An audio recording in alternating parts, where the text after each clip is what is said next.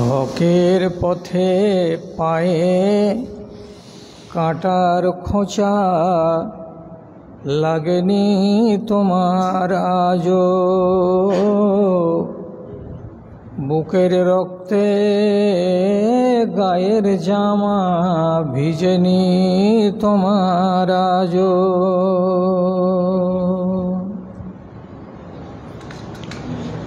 রসের কথায় বন্ধুকে নিয়ে অনেক হেসেছো জানি, কবর দেখিয়া পানি দুই ফোঁটা ঝরেনি তোমার আজো, ঝরেনি তোমার আজো।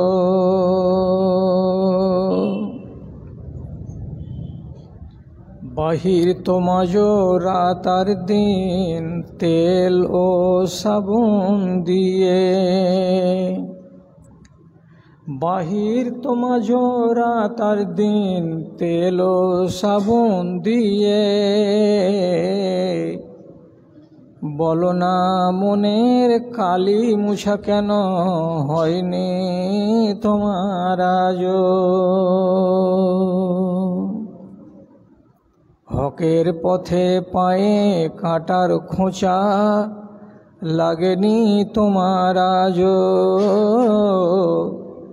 বুকের রক্তে গায়ের জামা ভিজেনি তোমার আজো।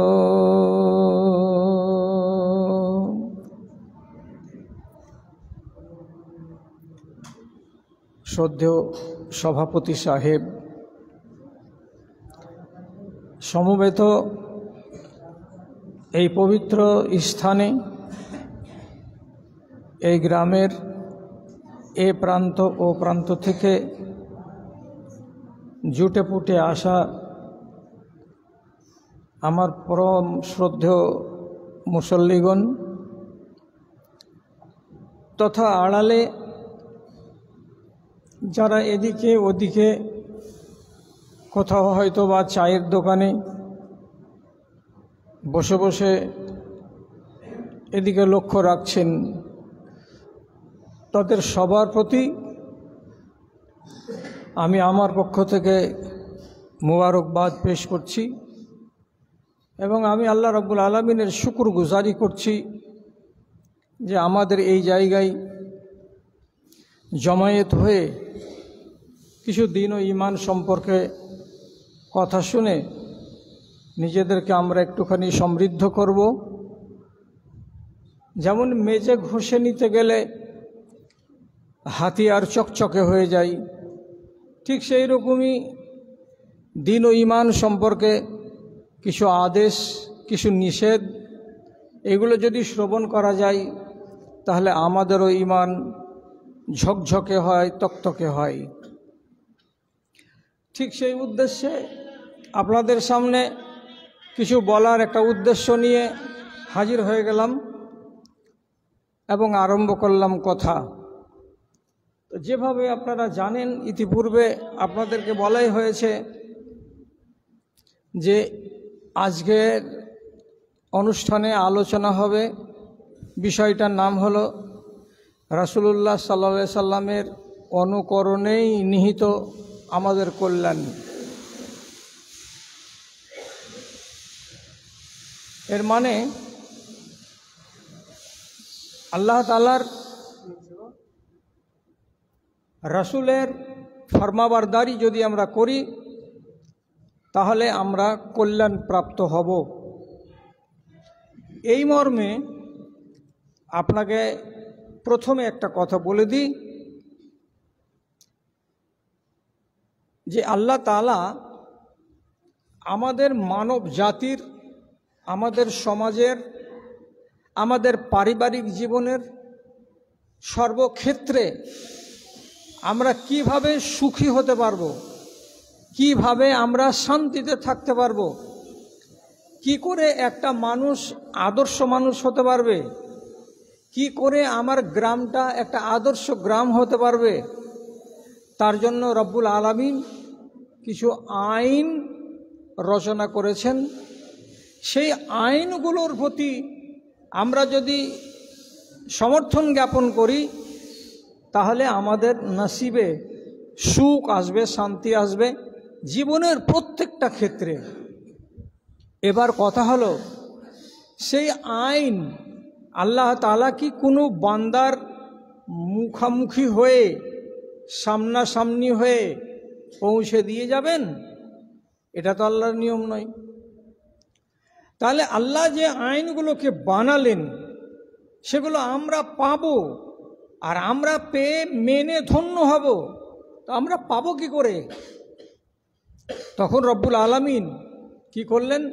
মধ্যখানে ভায়া করলেন। কাকে? তার নিজের নবী, আখেরি নবী রহমাতুল্লিল আলামিন জনাবে মুহাম্মদুর রাসূলুল্লাহ সাল্লাল্লাহু আলাইহি ওয়াসাল্লামকে।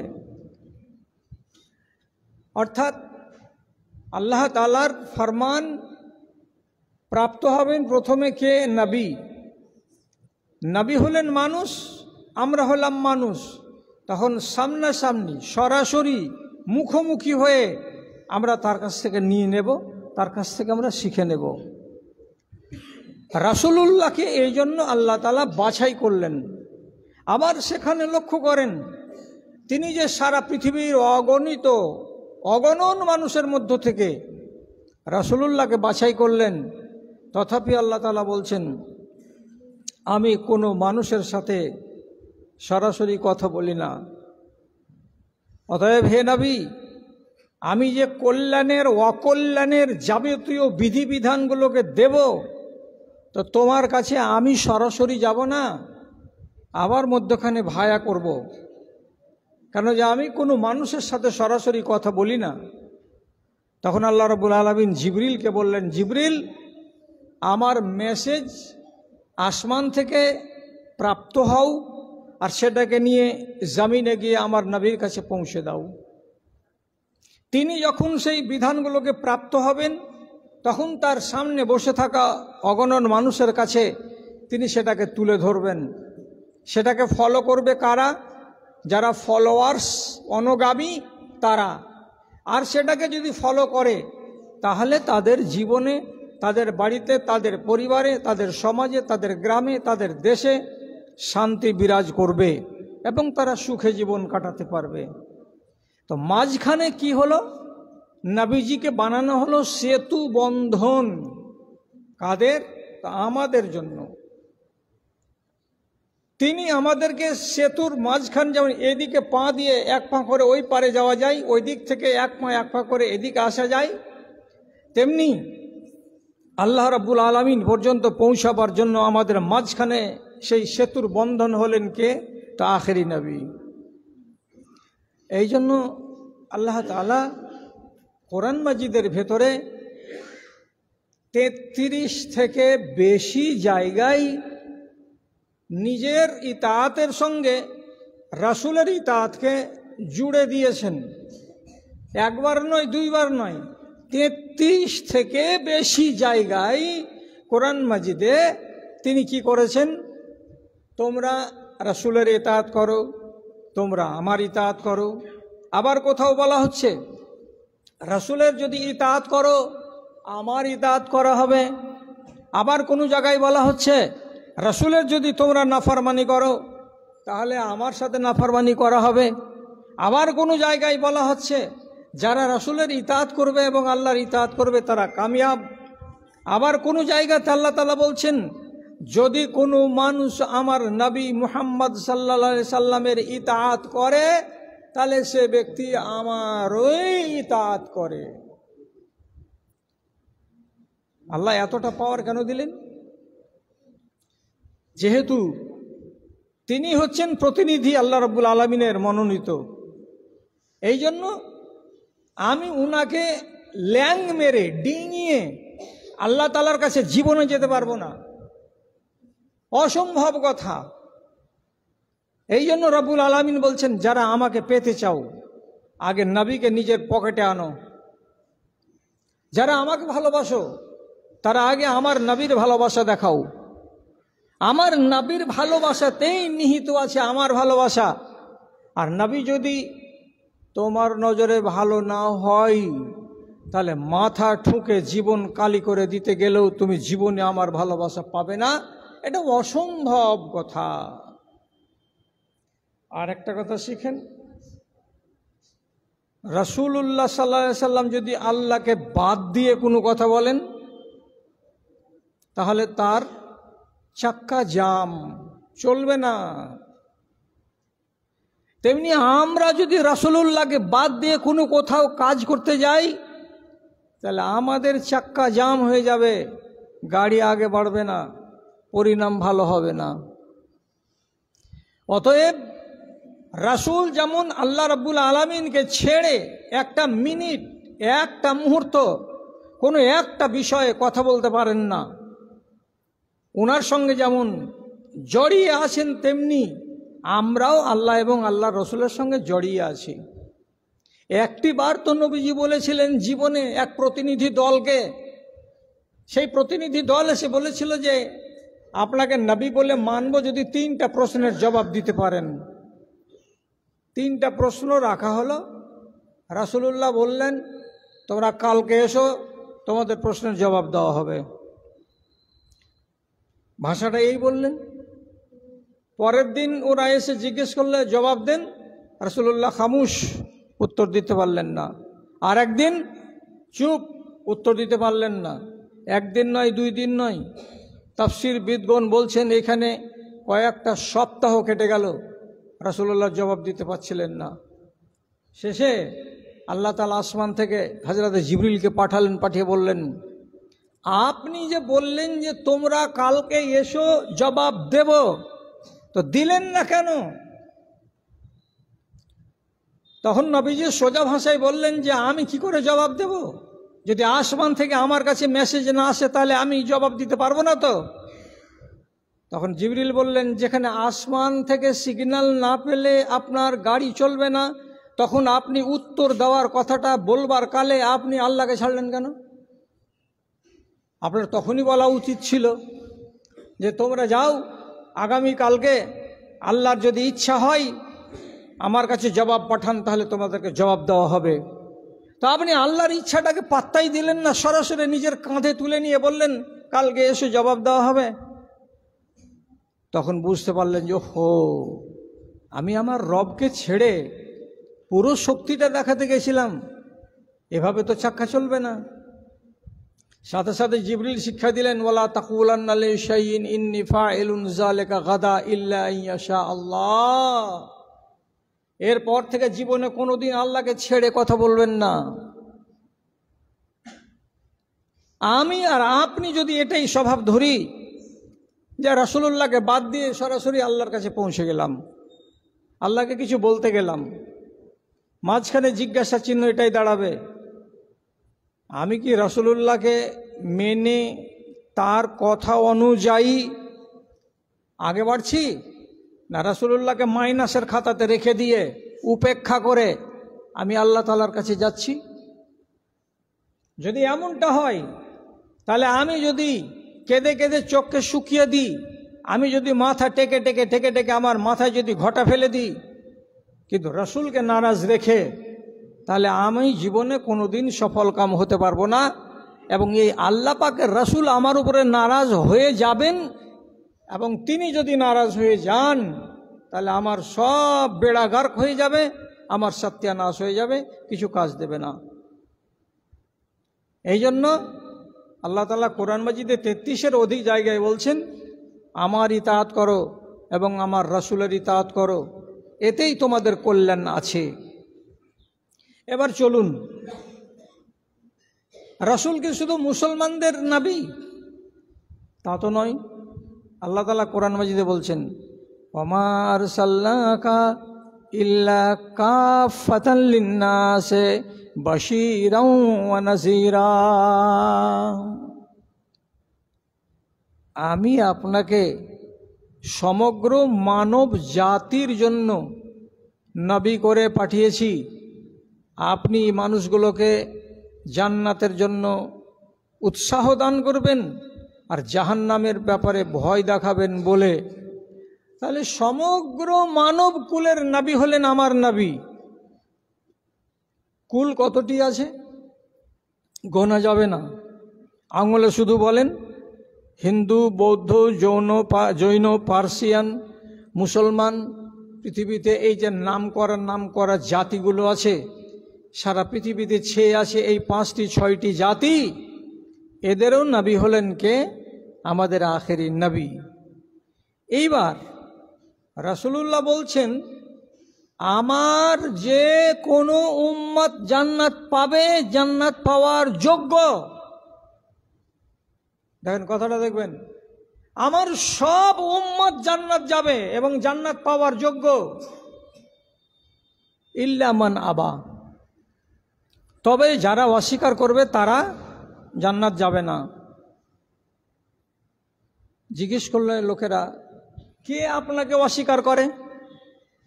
তখন রাসূলুল্লাহ বলছেন, মান আতাআনি ফাকাদ দাখালাল জান্নাহ, যে মানুষেরা আমার ইতাআত করে, যে লোকেরা আমার ফরমাবরদারিকে মেনে চলে, যারা আমার নির্দেশনাকে শিরোধার্য মেনে নিয়ে জীবন কাটায়, এরা জান্নাতে যাবে।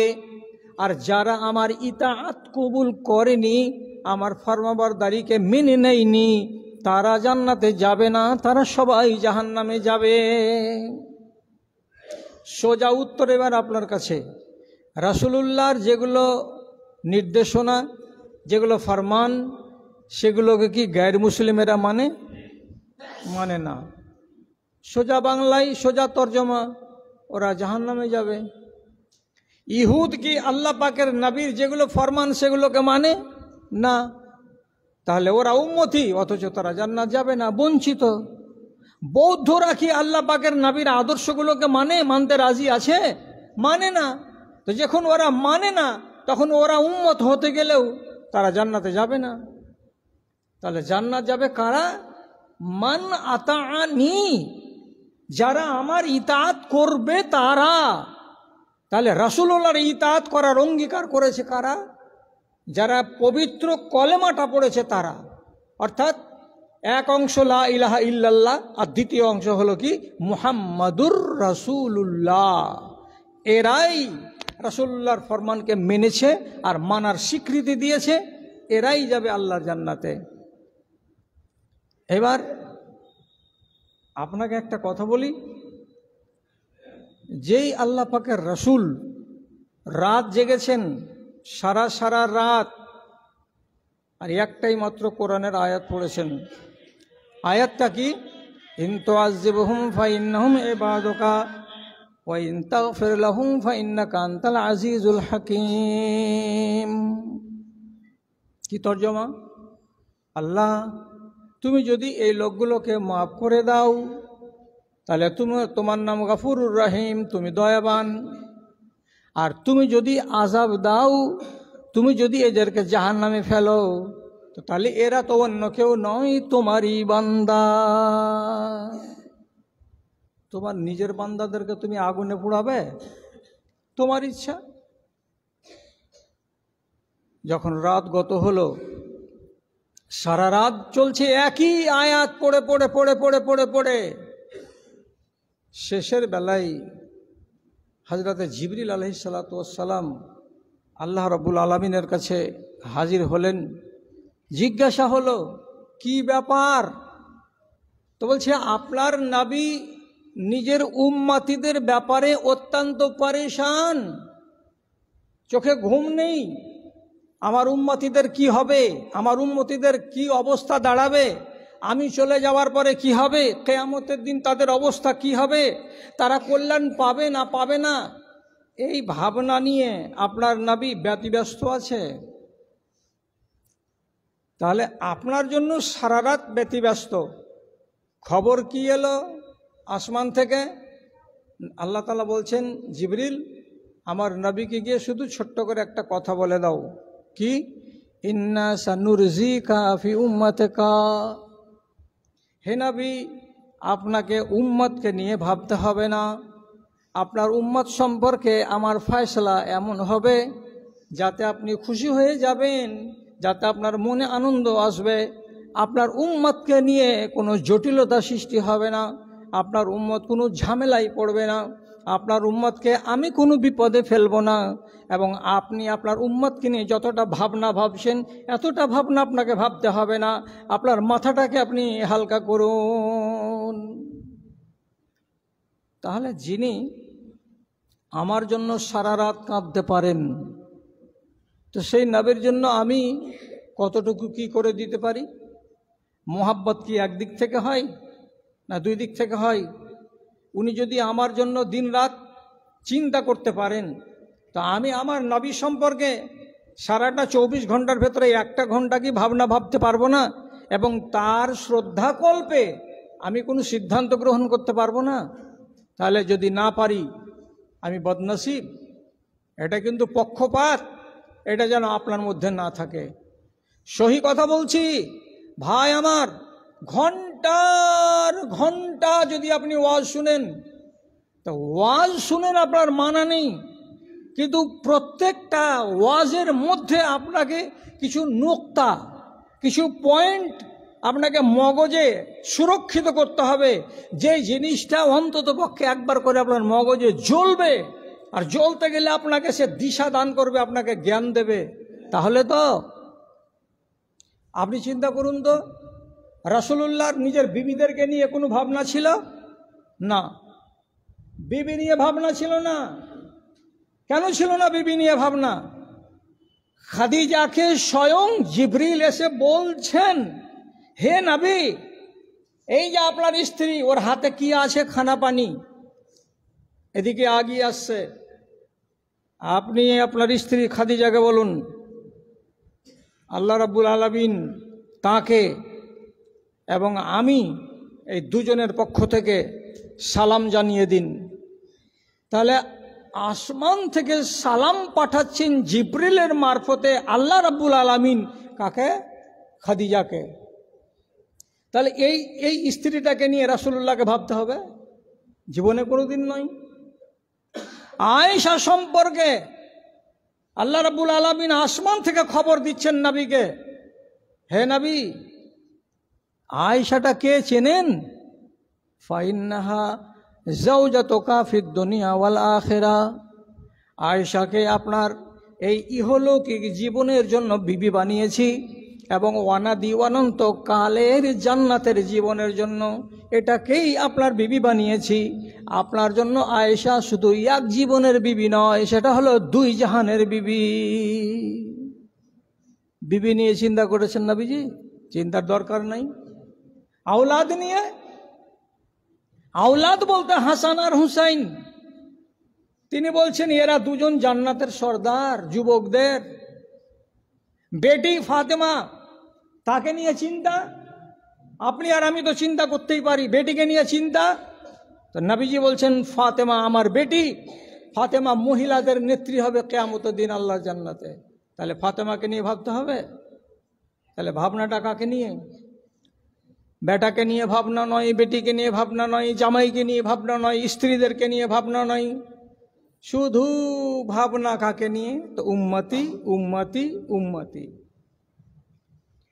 তাহলে এই নবীর সম্পর্কে আজ আপনাকে যেটা কথা বলতে চাইছি সেটা হলো এই, তার ফরমানকে আপনাকে মানতে হবে হাতে আর নাতে, অক্ষরে অক্ষরে মানতে হবে। উনি যে ক্ষেত্রে যে বিধান দিয়েছেন সেই ক্ষেত্রে সেই বিধান আমাকে আঁকড়ে ধরতে হবে, এতেই আমার কল্যাণ আছে। তারপরে আপনাকে বলি, আপনার মনে তো কষ্ট হতে পারে। কীরকম কষ্ট? রাসূল এরকম কথা বলেছেন, এটা মানতে আমার জানে খুব কষ্ট হচ্ছে। কষ্ট যদি হয় তবুও আপনাকে আল্লাহ রাসূলের কথাটাই মানতে হবে। কেমন কষ্ট? আমি উদাহরণ দিচ্ছি আপনার সামনে, শুধু উদাহরণ। আপনার মন চাইছে আপনি 100 জন লোক নিয়ে বিয়ে করতে যাবেন, কিন্তু রাসূলুল্লাহর জীবনী খুঁজে তার সারাটা জীবনের হাদিস কোরআন হাদিসকে ঘেঁটে একটাও প্রমাণ পাওয়া যায় না যে 100 জন লোক নিয়ে কোনো মানুষ বিবাহ করতে যাবে। তখন কোনো আলেম বললেন এসব না করাই ভালো, আপনি বোলেরো গাড়িতে বসেন, আপনার আব্বাকে নেন, চাচাকে নেন বা ভাইকে নেন, 2-4 জন লোক যান, যাওয়ার পরে ইজাব কবুল করে নিয়ে বউটাকে নিয়ে আসেন। আপনার মনে খুব কষ্ট হচ্ছে, আমি এত টাকাওয়ালা লোক আর আমাকে এইরকম সাদামাটা বিবাহের জন্য অর্ডার দেওয়া হচ্ছে। এই জায়গাতে আপনাকে এই কথাটাই মানতে হবে, কি বলে, যেটা কাজ আমি করতে যাচ্ছিলাম সে কাজের পেছনে আমার নবীর সমর্থন নেই, অতএব যে কাজের সমর্থন নেই সে কাজ আমি করব না। আমার মনে কষ্ট হতে গেলেও আমি ওটাই করব যেটা রাসূলুল্লাহ বলেছেন সেটাই। তাহলে মনে যদি কষ্ট লাগে তবুও আল্লাহ পাকের নবীর এক একটা ফরমানকে আপনাকে মানতে হবে। আর কি উদাহরণ দেব আপনাকে, কিছু লোকের অভ্যাস আছে, আমি আপনাকে টার্গেট করি না ভাইজান, আপনার উপরে আমার কোনো শত্রুতা নেই, কথাটার প্রতি শুধু সুবিচার করবেন। একগুলো মানুষের অভ্যাস আছে প্রতিদিন সকালবেলায় গোসল করা, প্রতিদিন সকালবেলায়, আবার গোসলের আগে বাড়ির বেসিনের সামনে দাঁড়িয়ে সারাটা চেহারাতে ক্রিম লাগিয়ে তারপরে আবার রেজার লাগিয়ে পুরো চেহারাটাকে সম্পূর্ণ চেঁচে মেছে পরিষ্কার করে দেওয়া। এক রতি পরিমাণে কোনো চুল রাখে না চেহারায়, না মোচ রাখে না, দাড়ি রাখে, কিছুই রাখে না, প্রতিদিন এটা করে। এখন আপনাকে যদি বলি রাসূলুল্লাহর সুন্নাত এটা নয়, বরং এটাকে ঢিল দেওয়াটাই হলো রাসূলুল্লাহর সুন্নাত। মোচকে ব্লেড দিয়ে কামিয়ে একেবারে চামড়া বরাবর করে দেওয়া এটা রাসূলের সুন্নাত নয়। মোচকে কেঁচি দিয়ে কেটে ছোট করা হলো রাসূলের সুন্নাত। তো তাহলে আপনাকে ভারী লাগবে। যদি ভারী লাগে তারপরে আপনাকে এই কথাটা মানতে হবে, কি বলে, যে আল্লাহ তো বলেছেন যে রাসূলের ইতাআতের মধ্যে নিহিত রয়েছে আমাদের কল্যাণ। তাহলে আমি যদি রাসূলের কথা না মানি তাহলে আমার কল্যাণ কি করে হবে? এ কথাটা যদি মগজে জাগ্রত হয় তাহলে এই আদেশটা আপনাকে আর ভারী লাগবে না। আপনি তখন সহজ মনে করবেন, না এটা করব না আজ থেকে, আগামীকাল থেকে, আগামী পরশু থেকে। তাহলে আপনার মনের ভেতরে আল্লাহ পাকের রাসূলের নীতি অনুসরণ করার প্রেরণা জাগবে। আর তাছাড়া শুধু বক্তৃতা মঞ্চে শুনবেন আলেম ওলামাদের বয়ান, আর শুনে নিয়ে মুখস্থি করে নিলেন, নেওয়ার পরে বাড়ি চলে গেলেন, তার প্রতি আমল নেই, এটা কোনোদিন হয় না। কষ্ট হলেও মানতে হবে আপনাকে। আমি উদাহরণ দেব, আবু হুরায়রা রাদিয়াল্লাহু তাআলা আনহু বলছেন, পেটের জ্বালাই, খিদার জ্বালাই থাকতে না পেরে চ্যাপ্টা পাথর পেটে বেঁধে নিয়ে বসে আছি মসজিদের বাইরে, যাতে কোমরটা বাঁকিয়ে না যায়। রাসূলুল্লাহ দেখলেন দুরবস্থা, দেখার পরে বলছেন, আবু হুরায়রা, খিদার জ্বালাই এই অবস্থা নাকি? বলে জি। আচ্ছা এসো, আমার সাথে এসো। রাসূলুল্লাহ তাকে সাথে করে নিয়ে গেলেন বাড়ি। মনে আনন্দ হলো যে আল্লাহ রাসূল যখন আমাকে বাড়ি নিয়ে আসলেন তখন কিছু না কিছু খাবার আজকে পাবো। তো রাসূলের বাড়ি গিয়ে কি পাওয়া গেল? জিয়া বে কাদাহিন মিন লাবানিন উহদিয়া ইলাইহি। রাসূলের বাড়িতে কোনো মানুষ তোহফা পাঠিয়েছিল, একটা জাম খোরাতে যতটুকু দুধ আসে অতটুকু দুধ সামনে আনা হলো, দুধের খোরাটা। তারপরে মনে মনে বলছে, ওহ সুবহানাল্লাহ, আজকে পেটের জ্বালাটা মিটবে, রাসূলুল্লাহ পান করবেন, আমিও পান করব, এই জন্য তিনি ডেকে এনেছেন। তো মনটা বলছে, আরে কত দেরি হয়, কত দেরি হয়। হঠাৎ রাসূলুল্লাহ বলছেন, আলহিক বে আহলি সুফাতে, এখান থেকে বেশি দূরে নয়, 3 মিনিটের রাস্তা যাও। আহলুস সুফা মসজিদের এক কোণে, ওই যে অনাহারে থাকা তালেবে ইলমগুলো আছে, ছাত্রগুলো আছে, যাদের বাড়ি নাই, ঘর নাই, জমি নাই, জিরাত নাই, ওই আহলুস সুফার লোক কটাকে ডেকে আমার বাড়ি নিয়ে এসো, যাও। আবু হুরায়রা বড় বড় চোখ করে দেখছে রাসূলের দিকে, আর একবার দেখছে ওই পিয়ালাটার দিকে, আর দেখার পরে থামতে না পেরে একা একাই নিজের মনে মনে বলছেন, ফাসানি জালিকা, এ কথাটা আমাকে বড্ড খারাপ লাগলো, বড্ড মন্দ লাগলো। 1 গামলা দুধ আছে, 1 খোরা দুধ আছে, আমি পান করব এবং রাসূলুল্লাহ পান করবেন, দুজনের জন্য যথেষ্ট হবে। অথচ তিনি কি বলছেন, যাও আহলুস সুফা যেখানে 50 থেকে 60 জন লোক আছে ওদেরকে ডেকে আনো, ওরা যদি সবাই চলে আসে আর সবাইকে যদি ভাগ দেওয়া যায়, তাহলে চামচে করে 2 চামচ করে ভাগে পড়বেই, আর 2 চামচ করে দুধ যদি গলায় ঢালি তো খিদা কি দিয়ে মিটবে। মনটা বিষিয়ে গেল, মনটা কষ্ট পেল। তারপরে কি উনি রুকে গেলেন? না, যাব না, এইটুকুনি দুধ আমি আপনি ভাগ করে খেয়ে নিব, যাব না আমি আহলে সুফাকে ডাকতে, বাদ দেন তো। এ কথাটা কি বললেন? না, মনে কষ্ট হলো রাসূলুল্লাহর কথাটা শুনতে গিয়ে, তথাপি তিনি ইনকার করলেন না, চলে গেলেন ডাকতে। ডেকে নিয়ে সবটিকে হাজির করা হলো। তারপরে ওই বাসন থেকে পিয়ালাতে করে কাপে করে ঢেলে ঢেলে এই তুমি নাও, এই তুমি নাও, এই তুমি নাও, সবাইকে দেওয়া হলো। ও পান করলো, ও পান করলো। শেষে আবু হুরায়রাকে দেওয়া হলো। আবু হুরায়রা 1 গ্লাস পান করার পর তারপর রাসূল বলছেন আরেক গ্লাস পান করো, আবার আরেক গ্লাস পান করলো। তারপরে বলছে আবু হুরায়রাকে আল্লাহ পাকের রাসূল যে আরও পান করো, তো বলছে আর টানে না আল্লাহ রসুল, আর নিব না। এটা ছিল মুজিজা। আমি ওদিকে যাচ্ছি না, আমার যেটা মুদ্দা সেটা হলো এই যে প্রথম যেটা আদেশ ছিল রাসূলুল্লাহ, সেটা শুনতে ভারী লাগলো। এইরকম কথা কেন বলতে গেলেন? তারপরেও তিনি সেই ভারী লাগা কথাটাকে অবজ্ঞা করেননি, উপেক্ষা করেননি, সেটাকে মেনে নিয়েছেন এবং মেনে নিয়ে তার তামিল করে চোখে চোখে দেখিয়ে দিয়েছেন। এটার নাম হলো রাসূলুল্লাহর হুকুমের ইতাআত করা। কত জিনিস আপনাকে ভারী লাগে, ভারী লাগে বলে ছেড়ে দিতে হবে না।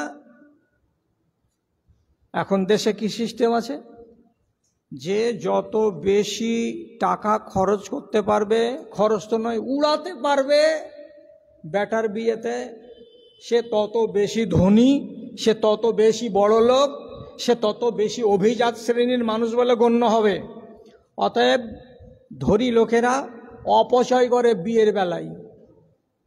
আপনাকে শুনতে তো ভালো লাগবে না, ভারী লাগবে।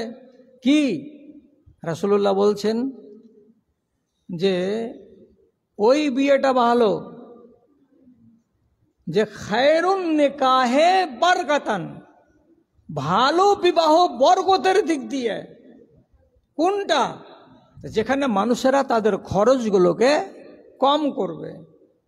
এখনো কম করার প্রশ্নে যদি আমি চলে আসি আর আপনাকে বলি যে ভাই আপনি যে আপনার বৌমার জন্য একটা শাড়ি কিনেছেন, শাড়িটার দাম 40,000 টাকা, এটা হলো বেনারসি শাড়ি। শুনেছেন যে 40,000 টাকার শাড়ি হয়? শুনবেন না? কেন শুনবেন না?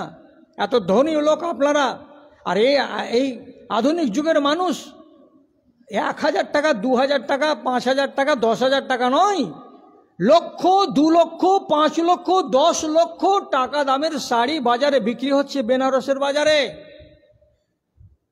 কোটিপতি লোকেরা নিয়ে নিচ্ছে বৌমাকে একটা শাড়ির জন্য কত টাকা দাম? 50,000 টাকা।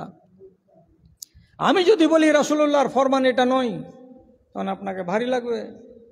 আর ভারী যদি লাগে আর ওটাকে আপনি আমলে পরিণতই করে দেন, মানতে পারলাম না বলে, তাহলে আপনি আল্লাহ পাকের রাসূলের ফরমাবরদারি করতে পারলেন না। আপনার কল্যাণ নিজে থেকে আপনি নষ্ট করছেন, অকল্যাণকে ডেকে আনছেন। কেন? যে রাসূলের যদি ইতাআত আপনার হাত থেকে ছাড়া পড়ে যায়, আপনি কামিয়াব হতে পারবেন না। কষ্ট হচ্ছে, হোক কষ্ট। একটা মহিলার কথা বলছি, ফাতেমা বিনতে কায়েস তার নাম। তাকে তার স্বামী 3 মাসে এক এক করে 3 তালাক দিয়ে দিয়েছে। আর তালাকে বাইনা হয়ে গেছে, মোগাল্লাজা হয়ে গেছে। তো তৃতীয় তালাকের বেলায় 1 মাস গত হবে, তাহলে 3 মাস ওর পুরো হয়ে যাবে ইদ্যত। তখন রসুল বলছে যখন তোমার ইদ্যত পুরা হয়ে যাবে তখন তুমি আমাকে খবর দিও এসে যে হ্যাঁ আল্লাহ রসুল এই তারিখে আমার ইদ্যত পুরা হয়ে গেছে, তখন আমি তোমার বিবাহ সম্পর্কে ভাববো। যেদিন ইদ্যত পুরা হলো তখন রাসূলুল্লাহর কাছে এই ফাতেমা বিনতে কায়েস মহিলা এসে বলছেন, হ্যাঁ আল্লাহ রসুল আমার ইদ্যত পূর্ণ হয়ে গেছে, এবার আমি অন্যত্র বিবাহ করতে পারি? জি হ্যাঁ তুমি বিবাহ করতে পারো। তো এখন পর্যন্ত কি খবর? তো বলছি এই ইদ্যতের মাস গত হওয়ার আগে আগেই আমার কাছে 3 জন লোক প্রস্তাব পাঠিয়েছে বিবাহ করব বলে। 3 জন লোক, ও বলছে আমি বিবাহ করব, ও বলছে আমি বিবাহ করব, ও বলছে আমি বিবাহ করব। কে কে ওইগুলা? একটার নাম মুয়াবিয়া, আর একটার নাম আবু জাহাম, আর একটার নাম ওসামা। রাসূলুল্লাহ 3টা লোকের নাম শুনলেন কার মুখ থেকে? তো ফাতেমা বিনতে কায়েসের মুখ থেকে। শোনার পরে তখন তিনি বলছেন কি, আম্মা মুয়াবিয়াতু ফারাজুলুন সালুকুন। এ ফাতেমা, তুমি যদি মুয়াবিয়াকে বিবাহ করো তাহলে মুয়াবিয়া হলো একেবারে ফকির, ওর কোনো পয়সা কড়ি নাই। তুমি যদি একটা মেকআপের সামান চাও, যে একটা টিকলির পাতা এনে দাও, তো 8 দিন ঘাটা দেখতে হবে তোমার স্বামী তাও জোগাড় দিতে পারবে কিনা, কোনো ঠিক ঠিকানা নাই। এই বেচারি তো গরিব, এত টাকা পয়সা নাই। তাহলে এইরকম মানুষটাকে তুমি বিবাহ করবে নাকি? তারপরে ও আম্মা আবা জাহাম, আর একজন যে লোক তার নাম হলো আবু জাহাম, ও যে বলেছে আমি বিবাহ করব। তুমি যদি আবু জাহামকে বিবাহ করো তাহলে আগে থেকে জেনে রাখো, ফাইন্নাহু লা ইয়াজাউ আসাহু আন আতিকিহি, ওর হাতে এখানে লাঠি সব সময় থাকে, যেখানে ভুল পাবে ও চাটপাটিয়ে দেবে। তার মানে হলো এই, তোমাকে সকালে একবার পিটবে, বিকেলে একবার পিটবে, তোমার কিঞ্চিত পরিমাণ ভুল হতে গেলে তোমাকে রেহাই দেবে না। মার খেতে খেতে খেতে খেতে জিন্দগি লাট হয়ে যাবে যদি আবু জাহামকে বিবাহ করো। তো ফাতেমা বিনতে কায়েস বলছে, ভাবারই বিষয়, স্বামীর কাছে যদি সকাল বিকাল মার খেতে হয় তাহলে একে স্বামী হিসাবে কি করে মানা যায়? ও লোকটা যদি একটা সাবুন কিনে দিতে না পারে তো তাকে বিবাহ করে এত আফসোস কি করা যায়? তাহলে কি করব, কোনটাকে পছন্দ করব? রাসূলুল্লাহ বলছেন, আমি তোমাকে বলছি ওসামা বিন যায়েদকে বিবাহ করে নাও। ওসামা বিন যায়েদকে বিবাহ করে নাও। ওসামা কেমন? তো উম্মে আইমান ওর মায়ের নাম। ও হলো একটা হাবশি মহিলা, দাসী, কালো চামড়ার মেয়ে। তার পেট থেকে পয়দা হয়েছে ওসামা, এরও গায়ের রং কালো, কুৎসিত আফ্রিকার নিগ্রো জাত। যখনই রসুল বলছেন ওসামাকে বিবাহ করে নাও, তখন এই বেচারে মুখটাকে একটু ভ্যাংচিয়ে বাঁকা করে দিয়ে বলছেন, হে হাজহি হাজা ওসামা। ওসামা, এই যে আপনার বাড়ির আশেপাশে ঘুরে বেড়াই ওই কালো লোকটা, কালো চ্যাংড়াটা, কালো যুবকটা, এই ওসামাকে বিবাহ করতে বলছেন আপনি? এর তিরস্কারের ভঙ্গিমা রাসূলুল্লাহ দেখতে পেলেন যে না, এই মহিলা কালো মেয়ে ছেলেকে বিবাহ করবে না, এই বলে সে এইরকম কথা বলছে। তখন আল্লাহ পাক নবী বলছেন, তাআতুল্লাহি ওয়া রাসূলিহি খায়রুল লাকা। হে ফাতেমা, তুমি যদি আল্লাহ রাব্বুল আলামিনের কথাকে মানো, তুমি যদি রাসূলের কথাকে মানো, রাসূলের যদি ইতাআত করো, তাহলে এটাতেই তোমার কল্যাণ আছে। তুমি নিজের চোখে দেখেছো ওসামা হলো কালো চামড়ার লোক, তাই বলে তুমি তাকে প্রত্যাখ্যান করছো আর মুখটাকে ভেঙচিয়ে বলছেন এই ওসামা, এই ওসামা। এইভাবে তুমি ব্যঙ্গ করিও না। যদি তুমি আল্লাহ এবং রাসূলের ইতাআত করো তাহলে এতেই তোমার কল্যাণ আছে, তুমি ওসামাকে বিবাহ করো। তখন ফাতেমা বিনতে কায়েস বলছেন, রাসূলুল্লাহ যখন আমাকে বললেন যে রাসূলের কথাকে যদি মেনে নেওয়া যায় এতে আছে কল্যাণ, আল্লাহর কথাকে যদি মেনে নেওয়া যায় তো এতে আছে কল্যাণ, আমি তখন আর 7 ভাবলাম না, 5 ভাবলাম না, এক বাক্যে হ্যাঁ বলে দিলাম। আর আমার বিবাহ ওই কালো চামড়ার লোকটার সঙ্গে হয়ে গেল। আর ওর সঙ্গে বিবাহ হওয়ার পর আমার জীবনটাকে আল্লাহ রাব্বুল আলামিন এত সুখী বানালেন, এত সুখী বানালেন, এত সুখী বানালেন যে আমার জীবনকে নিয়ে আমি যেখানে সেখানে মানুষের সামনে গল্প করে বেড়াতাম, আমার স্বামীটাই এমন, গায়ের রংটাই মাত্র কালো, আমার স্বামী আমাকে এইভাবে সুখ দেয়, আমার স্বামীর কাছে আমি এইরকম আনন্দে আছি, এই বলে আমি ঈর্ষা করে বেড়াতাম, আমি মানুষের বাড়ি বাড়ি গল্প করে বেড়াতাম, আল্লাহ তাআলা আমার জীবনে এত সুখ দান করেছিলেন। প্রথমে তো মনটা ভারী হয়েছিল না, কালো বেটা ছেলেকে কেন বিয়ে করব? কিন্তু তিনি কি সেই সিদ্ধান্তের উপরে অটল থাকলেন না? কেন থাকলেন না? যেহেতু রাসূলুল্লাহর এটা ফরমান, উনি বলেছেন, আর আল্লাহ তাআলা বলছেন যারাই রাসূলের ইতাআতকে মেনে নেবে তারাই হবে কামিয়াব। অতএব ফাতেমা বিনতে কাইস বলেন, আমি আল্লাহ পাকের রাসূলের ফয়সালাকে মেনে নিলাম। এখন আপনাকে একটা ছোট্ট কথা বলছি, ছোট্ট হাদিস, আপনি যদি আমার সবটি কথাকে ভুলে যান তো আমার দুঃখ হবে না, কিন্তু আমার এই হাদিসটাকে যদি আপনি ভুলে যান তাহলে আজকের আমার বয়ানের কোনো দাম আপনার কাছে আমি পেলাম না। সেটা কি? প্রত্যেকটা ভাইকে আমি প্রশ্ন করছি, আপনি কার সাথে জান্নাতে থাকতে চান? আপনি কার সাথে জান্নাতে থাকতে চান? কার সাথে বলতে কি, এই ঘরের ভিতরে যদি বলে মাওলানা মানজারের সাথে থাকবো, এখানে তো 1000 জন লোক আসবে, এর বাহিরের লোকগুলো যদি বলে আমরা উনার সাথেই থাকবো, কি করে সম্ভব? সম্ভব মানে জান্নাতে আশেপাশে সকালে বিকালে দেখতে পাওয়া যাবে এই রকম একজন মানুষের নাম আপনি বলুন যে আমি এই লোকটার সঙ্গে আমি আল্লাহর জান্নাতে থাকতে চাই। কেন এটা কথা বলছি? কেন বলছি কথাটা? হযরত আনাস রাদিয়াল্লাহু তাআলা আনহু একদিন রাসূলুল্লাহকে বলছেন, মাতা তাকুমুস সাআতু ইয়া রাসূলুল্লাহ, হে আল্লাহ পাকের রাসূল, কিয়ামত কবে সংঘটিত হবে? কিয়ামত কবে হবে একটু জানান তো।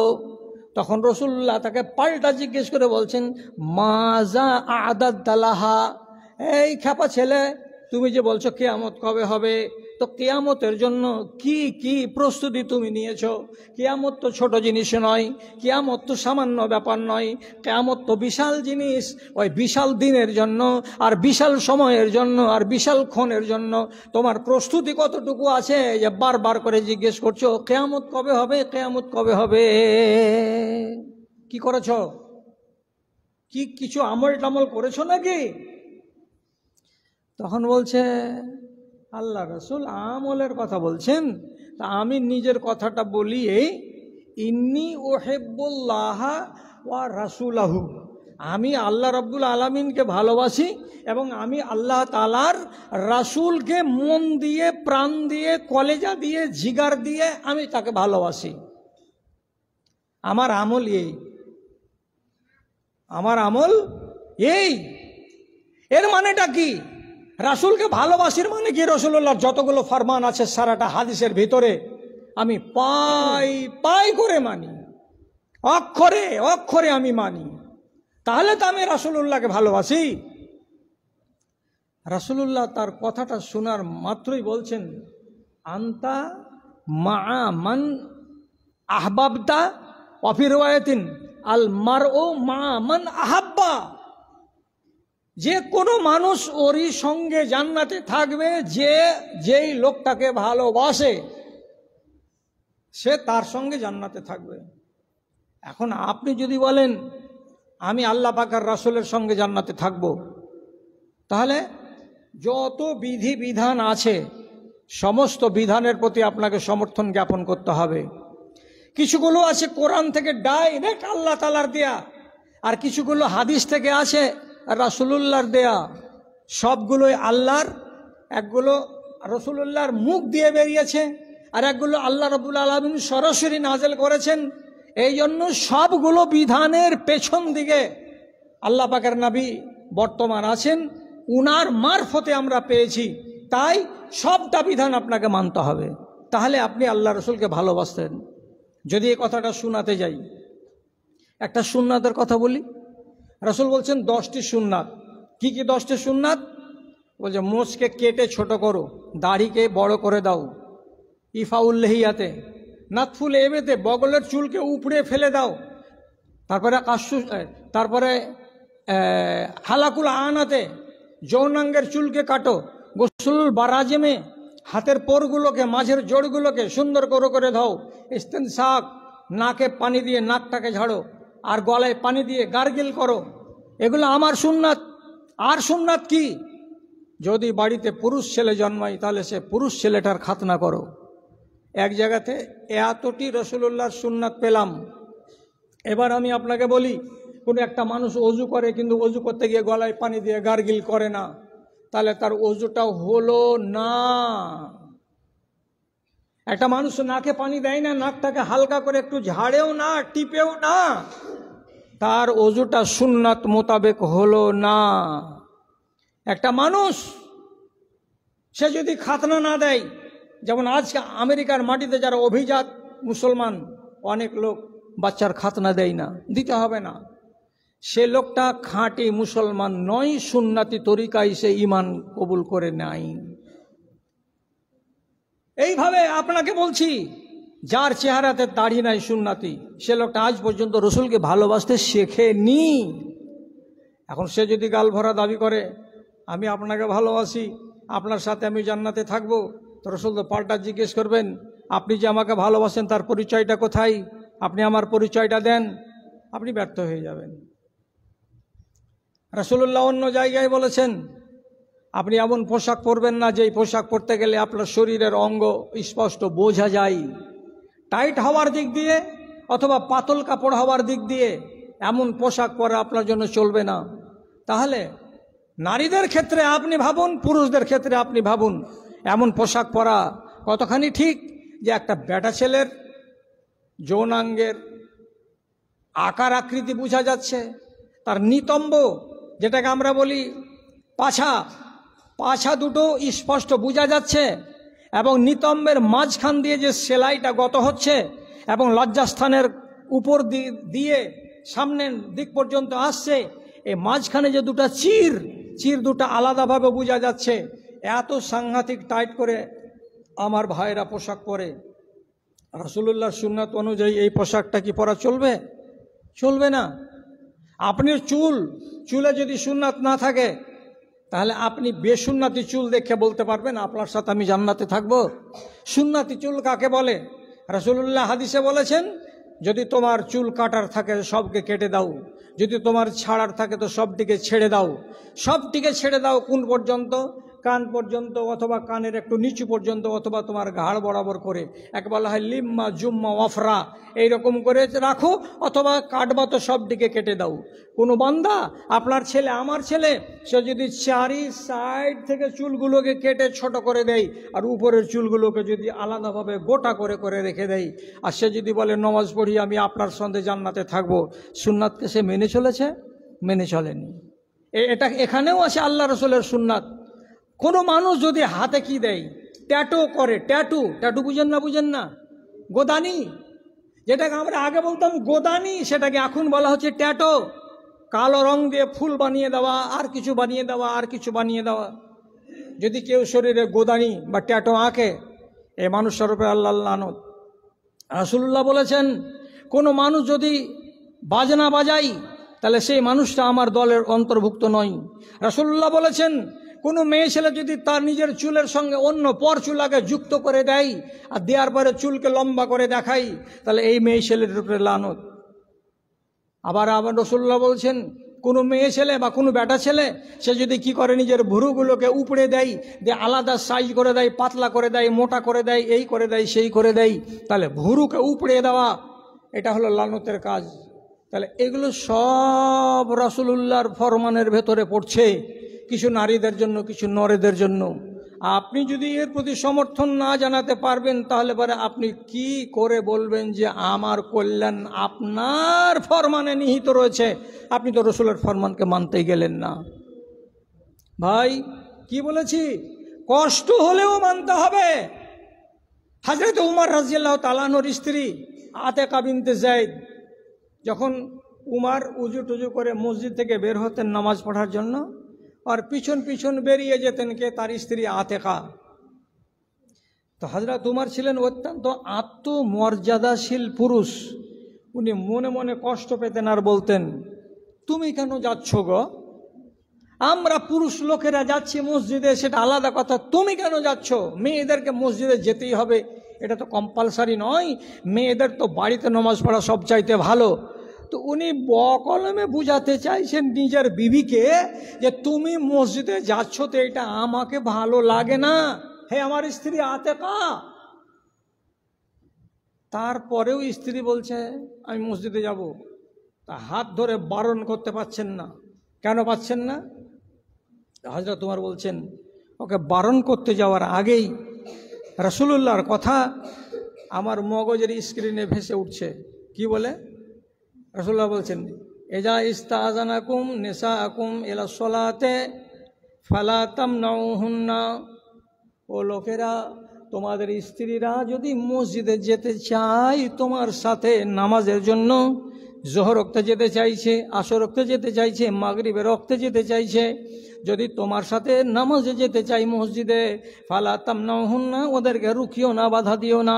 এই কথাটা যখন আমি দেখছি এটা হলো আমার নবীর কথা, আর তোমাকে মসজিদে যেতে বাধা দিব এটা আমার মনের কথা। তাহলে আমার মনটা বড় না আমার রাসূলের কথাটা বড়?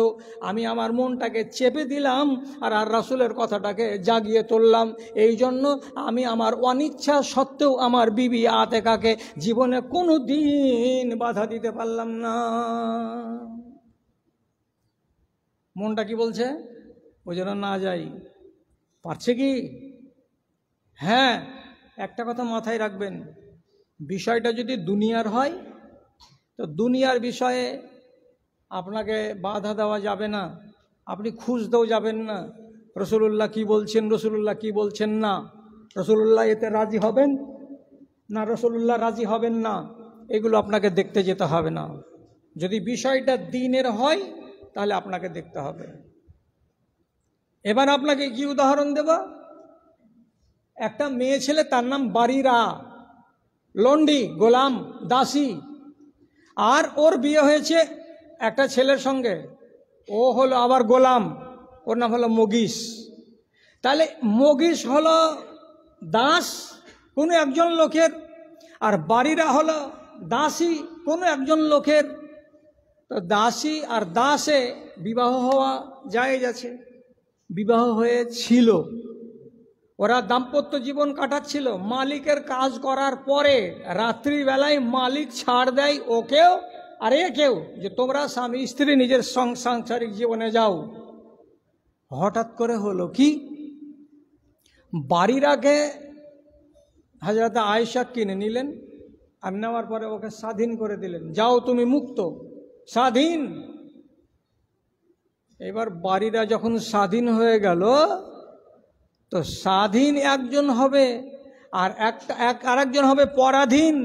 সেই ক্ষেত্রে পাওয়ার আছে, আগেকার বিবাহকে ইচ্ছা করলে রাখতে পারে, ইচ্ছা করলে বিবাহটাকে ভেঙে দিতে পারে।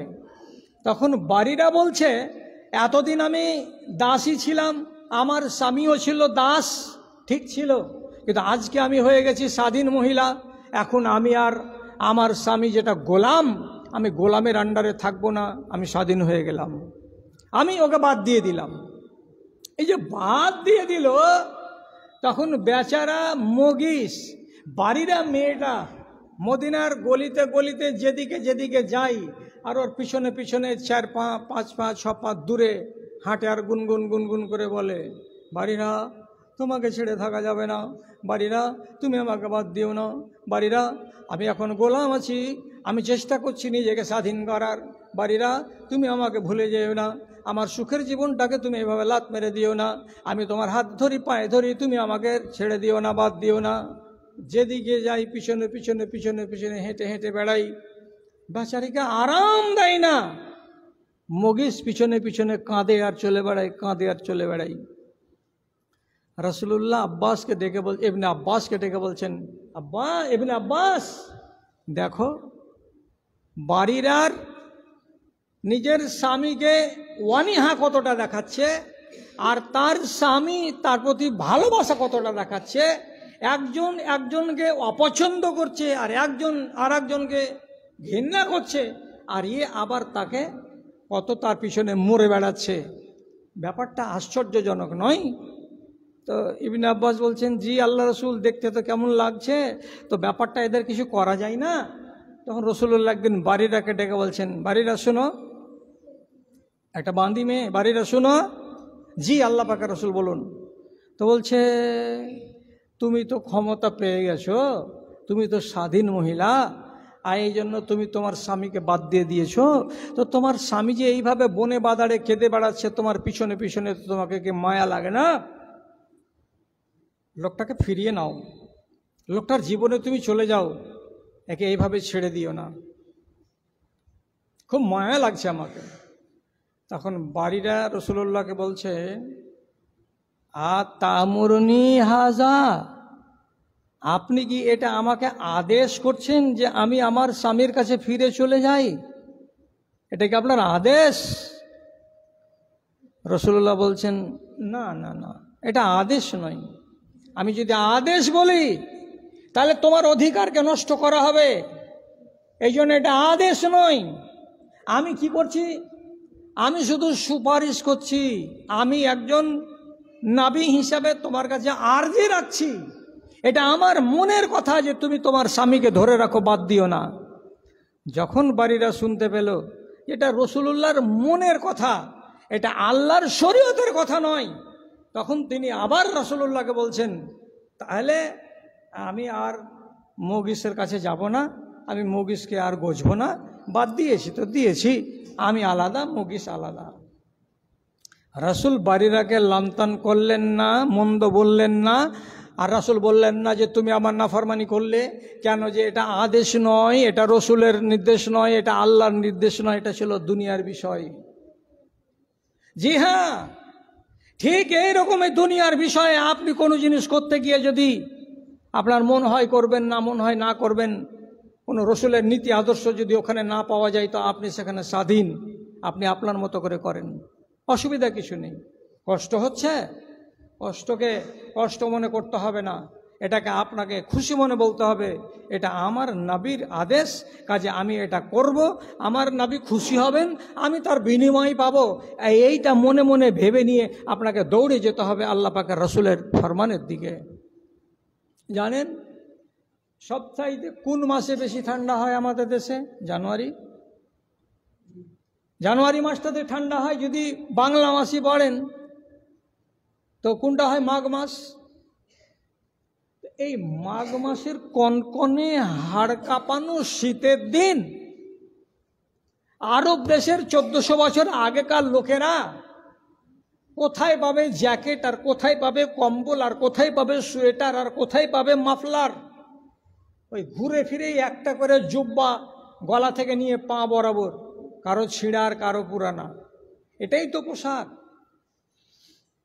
খন্দকের যুদ্ধের দিন 3000 মিলিটারি খালের ওই পারে সুযোগের সন্ধানে দাঁড়িয়ে আছে। মক্কার মুশরিকরা, তাদের ভেতরে নেতা আছে আবু সুফিয়ান। এই পারে মুসলমানেরা মাত্র 1000 নিজের জানকে মুঠায় নিয়ে বেচারারা দিন আর রাত দাঁড়িয়ে আছে আর জোগানদারি করছে, আল্লাহ কি হবে, আল্লাহ কি হবে, আল্লাহ কি হবে। এদিকে 25 দিন পার হয়ে যাচ্ছে, যুদ্ধ হয় না। ওরা খালকে টপকে এই পারে এসে যুদ্ধ চালাবার সাহস করতে পারে না। আর রাসূলুল্লাহ সাহাবীদেরকে বলেছেন, গায়ে পড়ে খালের ওই পারে গিয়ে তোমরা লড়াই করতে যাবে না।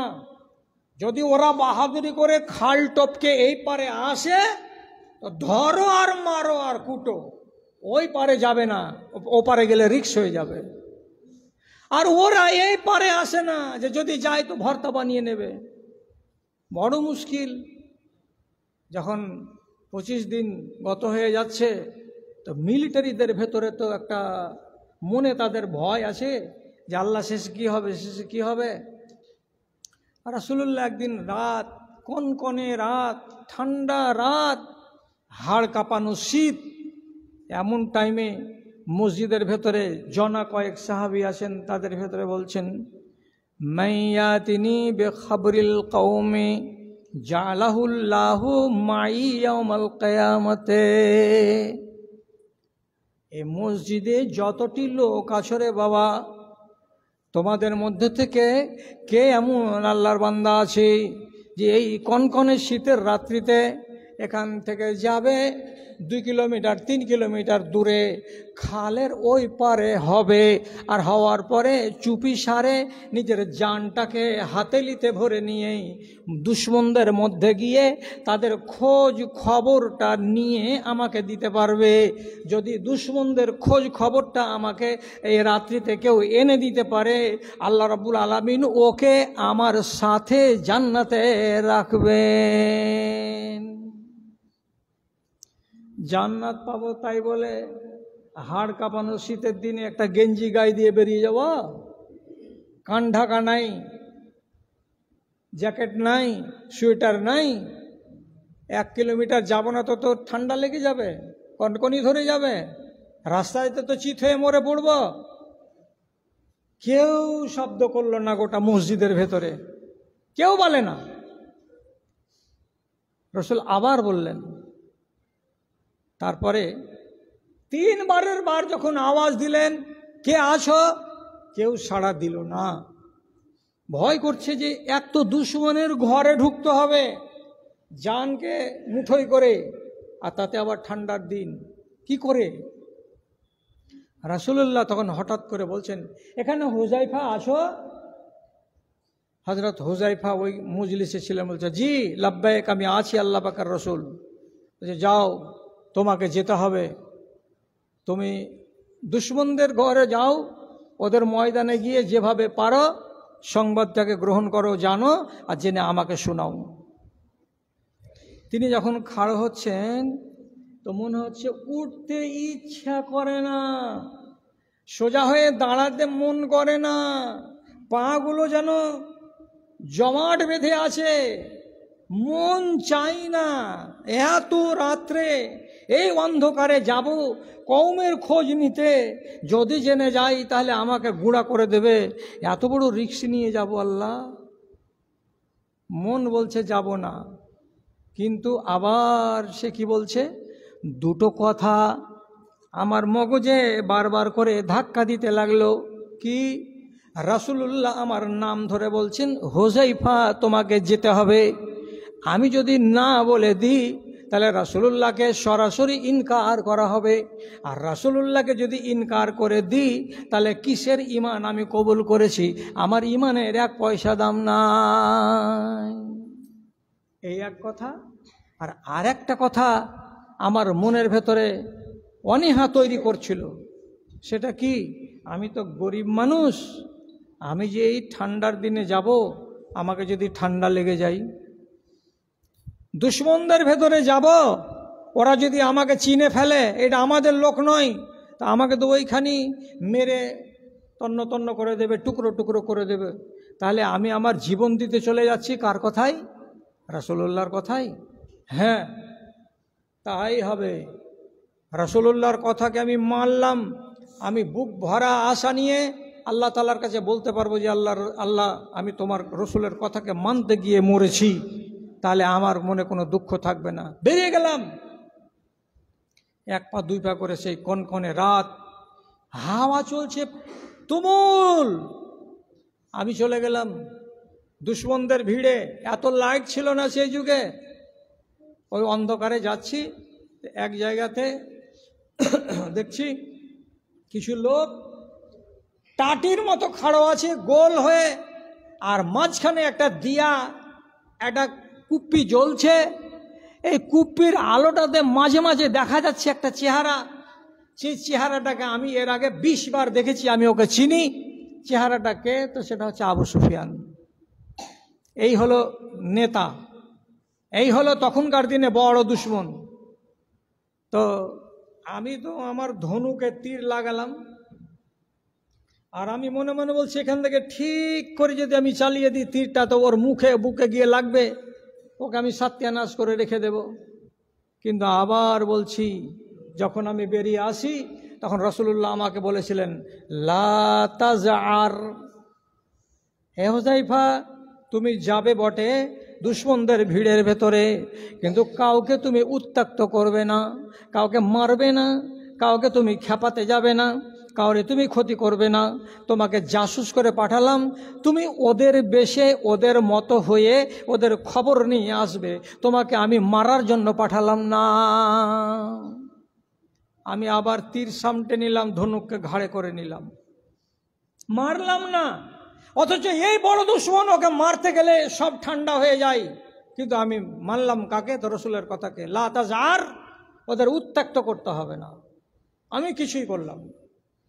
হঠাৎ খবর আসছে কি, জোর করে আবু সুফিয়ান বলছে, ও লোকেরা, এখন চারিদিকে হাওয়া চলছে কনকনে, আর শীতের টাইম, এই মুহূর্তে কোনো দুশমন তোমাদের মধ্যে যেন ঢুকে না যায় আর তোমাদের সত্যানাশ না করে দেয়। অতএব তোমাদেরকে বলছি, আলজেম বাজকুম বাজান, তোমরা একজন আর একজনের হাতকে ধরে থাকো, এবং তোমার ডান দিকে তোমার সাথীটা কে আছে, সাথীর নামটাকে চিনে রাখো, যাতে করে কোনো টাইমে তোমার সাথী তোমার হাত ছাড়া না হয় আর তুমি তোমার সাথীর হাত ছাড়া না হও। আমরা সব আমাদেরই লোক, একজন আর একজনের হাত ধরে থাকো। অন্য লোক যদি আসে তাহলে বুঝতে পারবো এই তোর হাত কার হাতে আছে, হ্যাঁ, তাহলে তো ধরা পড়ে যাবে এটা দুশমনের লোক আছে। কাজে একজন আর একজনের হাত ধরে থাকো। আর যেমন এই এলানটা শোনা, হুযায়ফা রাদিয়াল্লাহু তাআলা আনহু মনে মনে বলছেন, এবার গেল প্রাণ, আমি কার হাত ধরবো? চেহারা তো দেখা যায় না কাউরে। আমি ওই ঘোর অন্ধকার রাতে মানুষের ভিড়ের কাছেই ছিলাম, খচ করে একজনের হাত কেমনি করে ধরে নিলাম, আর নেওয়ার পরে, এই তোমার নাম কি? যে আমার নাম উমায়ের। খালাস, উমায়ের একদম চুপ থাকবে, আমার হাত ছাড়বে না। ই তখন তোমার নাম কি? তখন বলছে আমার নাম জুবায়ের। ই বুঝলে এর নাম কি জুবায়ের, আর এ জানলো যে এর নাম উমায়ের। এরা দুজনে একজন আর একজনের হাতকে ধরে আছে, তার মানে আমরা এক জাত, আমাদের ভিতরে ভিন জাত কেউ নেই। আর দুজনই ফেরাফেরি করে হাঁটছে, আর মাঝে মাঝে মাঝে মাঝে বলছে, কি করবি হে ভাই, এত ঠান্ডা রাত, যুদ্ধ হয় না, 20 দিন চলে গেল, আর এক দিনে 10টা করে উঁট জবে করে খেয়ে খেয়ে উঁটটি যে সব শেষ হয়ে গেল। হে, তাহলে আর 8 দিন পরে খাবা কি? আর 8 দিন পরে কিসের উপরে চড়ে তোমরা মক্কা যাবা? ই তখন বলছে, ঠিকই তো জি, যুদ্ধ হয় না তো কয়দিন আর অপেক্ষা করা যাবে? এই বেকুব জানে না যে আমার বাম দিকের লোকটা জুবায়ের নয়, এটা আমার ঘরের শত্রু। কিন্তু এই যে চালাকি করেছে হযরত হুযায়ফা, আবার চালাকি কেউ ধরতে পারেনি, সব খবর দিকে এর পেট থেকে উগরিয়ে নিল, জেনে নিল রোজ 10টা করে উঁট জবে হচ্ছে, তাহলে 25 দিনে 25×10 250টা উঁট খাওয়া হয়ে গেছে। উঁট ছিল কতটি তাও বলে দিল, আমরা লোক কতটি আছি তাও বলে দিল। তারপরে বলছে আজকে ফাইসালা হবে রাতের বেলায়।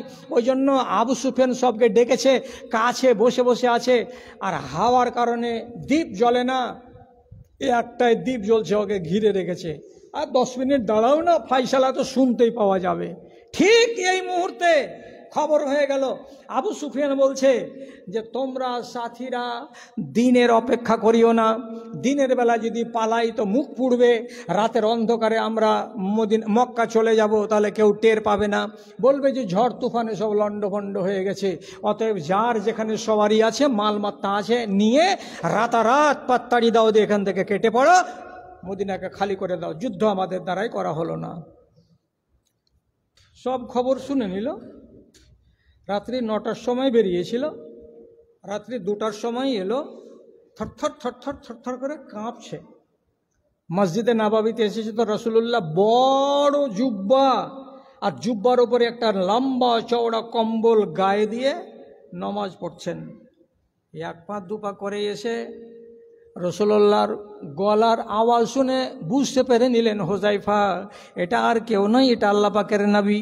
থামতে না পেরে রাসূলুল্লাহ নামাজ পড়ছেন, ওই হালাতে আল্লাহ পাকের নবীর ওই কম্বলখানাকে খানিকটাকে টেনে নিয়ে পা দুটাকে জড়ো করে গরম হওয়ার জন্য ওর ভেতরে ঢুকে গেছেন। আর রাসূলুল্লাহ সিজদাও দিচ্ছেন, রুকু করছেন, বুঝতে পারছেন তার পার্শ্বে কেউ শুয়ে আছে। 1 সালাম ফিরার পর রাসূল বলছেন, কে? তো কাফসার বলছে, হুযায়ফা আছি রাসূল, হুযায়ফা। ও হুযায়ফা, আচ্ছা আচ্ছা আচ্ছা আচ্ছা, ঘুমাও ঘুমাও ঘুমাও। আরও রসুল ওকে ঢিল দিলেন, কম্বলটা চাপা দিয়ে দিলেন, ঘুমাও, বড় দায়িত্ব পালন করে এসেছো, খবর পরে নিব। এবার ফজরের আজান হলো, তখনও টের পাইনি এই মুসাফির। তখন রসুল বলছেন, কুম ইয়া নওমান, এই ঘুমন্ত, এবার জাগো, জাগার টাইম হয়ে গেছে, আজান পড়ে গেছে, এখন নমাজের তৈয়ারি করতে হবে। তখন হযরতে হুযায়ফা রাদিয়াল্লাহু তাআলা আনহু জাগলেন। তখন রসুল বলছেন, খবর কি? বলছে, আল্লাহ রসুল, বেলা 8টা হতে হতে খন্দকের মাঠে একটা বান্দাকে খুঁজে পাওয়া যাবে না। রাত্রি 2টার সময় ফয়সালা হয়ে গেছে। আমি আবু সুফিয়ানকে ফয়সালা দিতে শুনেছি। আপনি আমাকে নিষেধ না করলে রাতের বেলায় তীর মেরে দিতাম, কাজটা সমাপ্ত হয়ে যেত। মারিনি, আপনার কথাকে মেনেছি। আর খবর নিতে আমাকে টাইম লেগেছে, এজন্য আমি রাত্রি 2:30টার সময় ফেরত এসেছিলাম। খবর হলো এটাই, ওরা রাত পোহাবে না, রাতের বেলায় এখান ছেড়ে পালিয়ে যাবে।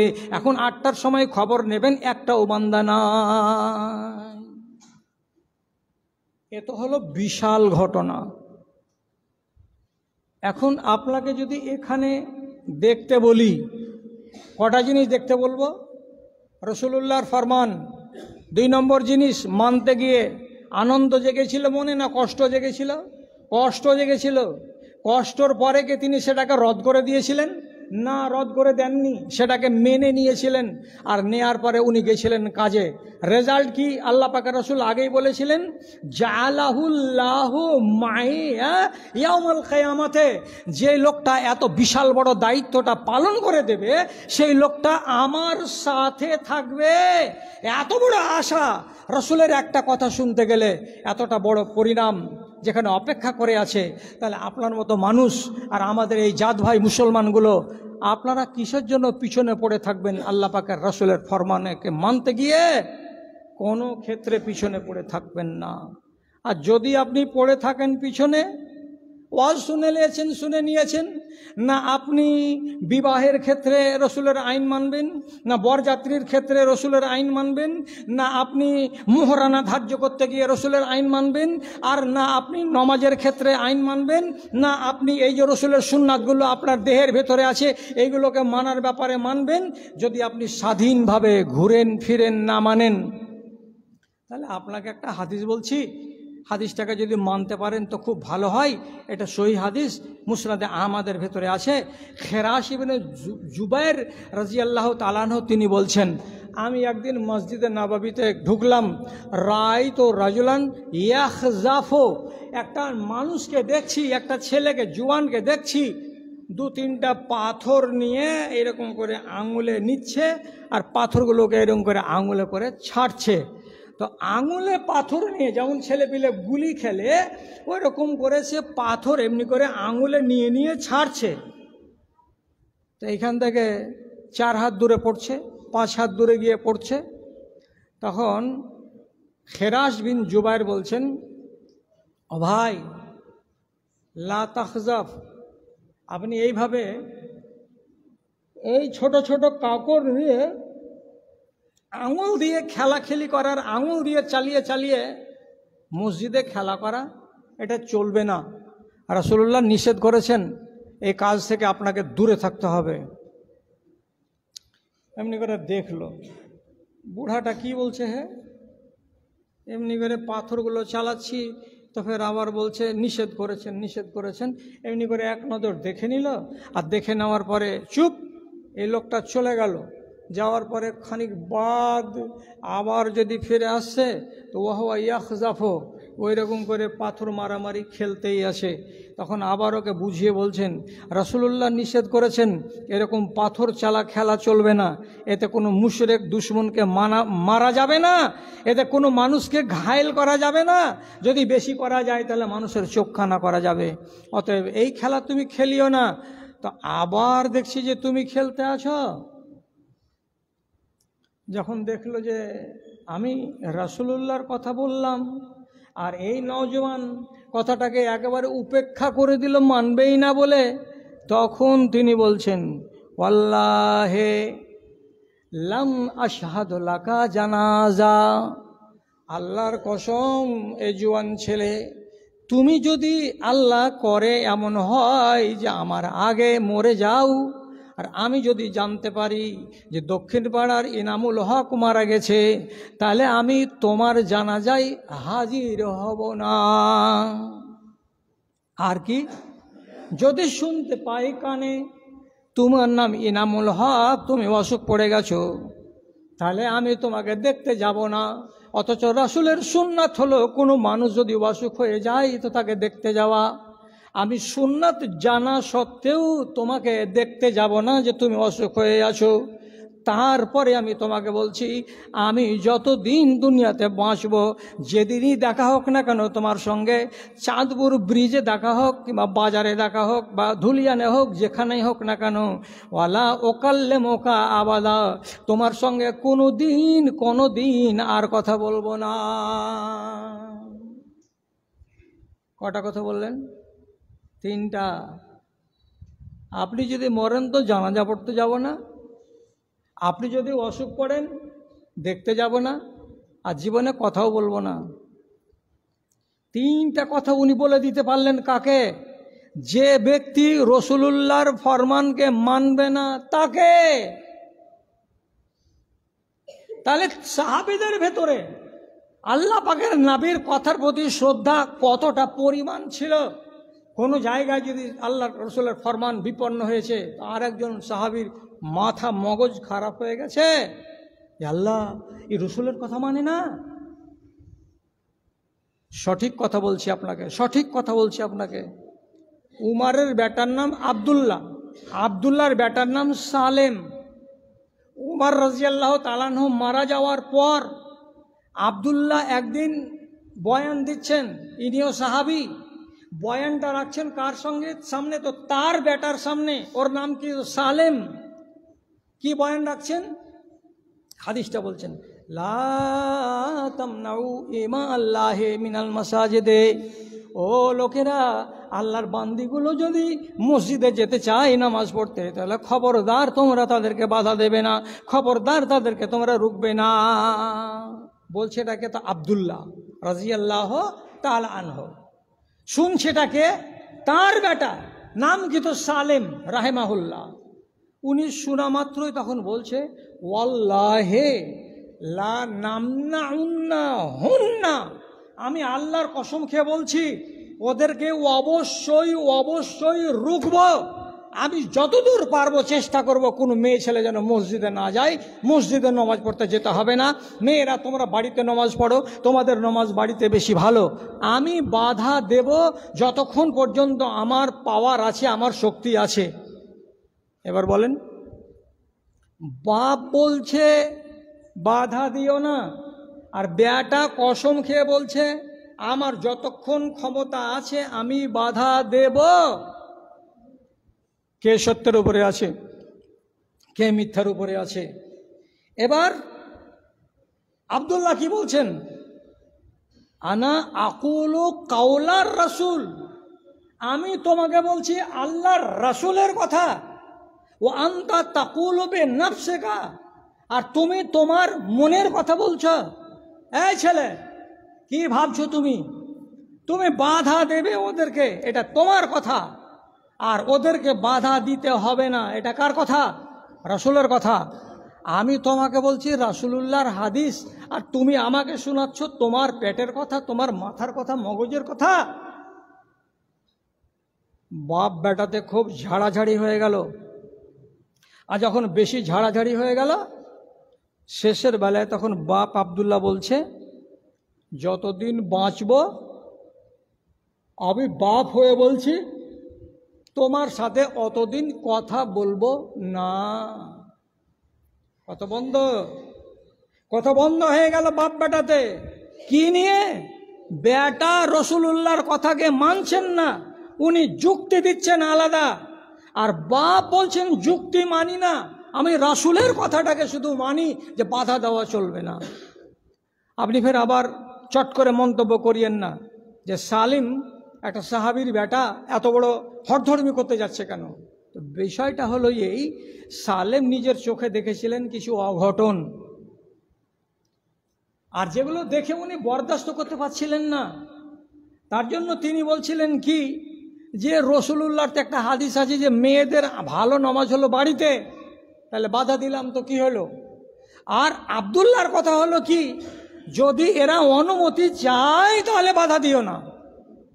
আর যদি তুমি বুঝিয়ে বলো আমিনার মা যেও না, ফেতনার যুগ, ঝামেলার যুগ, যেও না, তুমি যদি বুঝিয়ে বলো, আর যদি তোমার স্ত্রী মেনে নেই আলহামদুলিল্লাহ, আর তোমার স্ত্রী যদি না মানে আমি ঝামেলা বুঝি না, আমি ফেতনা বুঝি না, আমি মসজিদে যাব, তাহলে তুমি রুকিও না। তাহলে ব্যাখ্যাটাকে ঠিক করে ব্যাখ্যা করতে গেলে বেটা নিজের জায়গায় ঠিক আছে আর বাপ নিজের জায়গায় ঠিক আছে, কিন্তু বাপ আর বেটার বুঝটা মিল না হওয়ার কারণে বেটাকে বাপ ডেকে বলছেন যতদিন বাঁচবো ততদিন পর্যন্ত তোমার সঙ্গে আর আমার কথা হবে না। তাহলে কি শিখলাম? রাসূলের কোনো ফরমান এই মসজিদের লোকটির ভেতরে কোনো একজনের দ্বারাই লঙ্ঘিত হচ্ছে, সেই মানুষটাকে আমার দায়িত্ব হলো প্রথমে চেতন করে দেওয়া। চেতন করে দেওয়ার পর সেই লোকটা যদি না শুনে না মানে, তাহলে আমি কঠোর সিদ্ধান্ত নিতে পারি। কি বলে? আপনার সাথে সালাম মুসাফা করব না, আপনাকে ব্যারাম পড়তে গেলে দেখতে যাব না, আপনি মারা গেলে জানাজা পড়তেও যাব না। কিসের রাগ আমার উপরে এত? আপনি রাসূলুল্লাহর সুন্নাতকে পাত্তা দেন না, আপনি আল্লাহ রসুলের সুন্নাতকে মোহাব্বত করেন না, ভালোবাসেন না। অথচ সাহাবায়ে কেরাম পাই পাই করে, রতি রতি করে, ইঞ্চি ইঞ্চি করে মেনেছেন, আর আপনি মুসলমান হয়ে রাসূলুল্লাহর ফরমানকে মানবেন না, এই জন্য আপনার থেকে আমার দূরত্ব হয়ে গেল, আমি আপনাকে চাই না। আপনি সিদ্ধান্ত নেন। কথা শেষ করতে যাচ্ছি। গরমের দিন, ফ্যানের নিচে আছেন, তবু আপনাদের কষ্ট হচ্ছে, এটা আমি ভালো করে বুঝতেই পাচ্ছি। রাসূলুল্লাহ হযরত আবু যারকে নিয়ে ওহদের প্রান্তরে বেড়াতে গেলেন। রাতের বেলায় বেড়াতে গিয়ে এইবার আল্লাহ পাকের রাসূল আবু যারকে বলছেন, আবু যার লান তাবরাহ হাযাল মাকান, এই যে তুমি দাঁড়িয়ে আছো, তোমার সামনে আমি আঁক টেনে দিলাম, এই আঁকটার এই পারে তুমি পা ফেলবে না, হাত্তা আরজিআ ইলাইকা, অতক্ষণ পর্যন্ত যতক্ষণ পর্যন্ত আমি তোমার কাছে ফিরে না আসছি। এই আঁকের ওই পারে পা বাড়াবে না। গন্ডি মেরে দিলেন রাসূলুল্লাহ। এবার হযরত আবু যার রাতের বেলায় ওই গন্ডির ভেতরে দাঁড়িয়ে আছেন।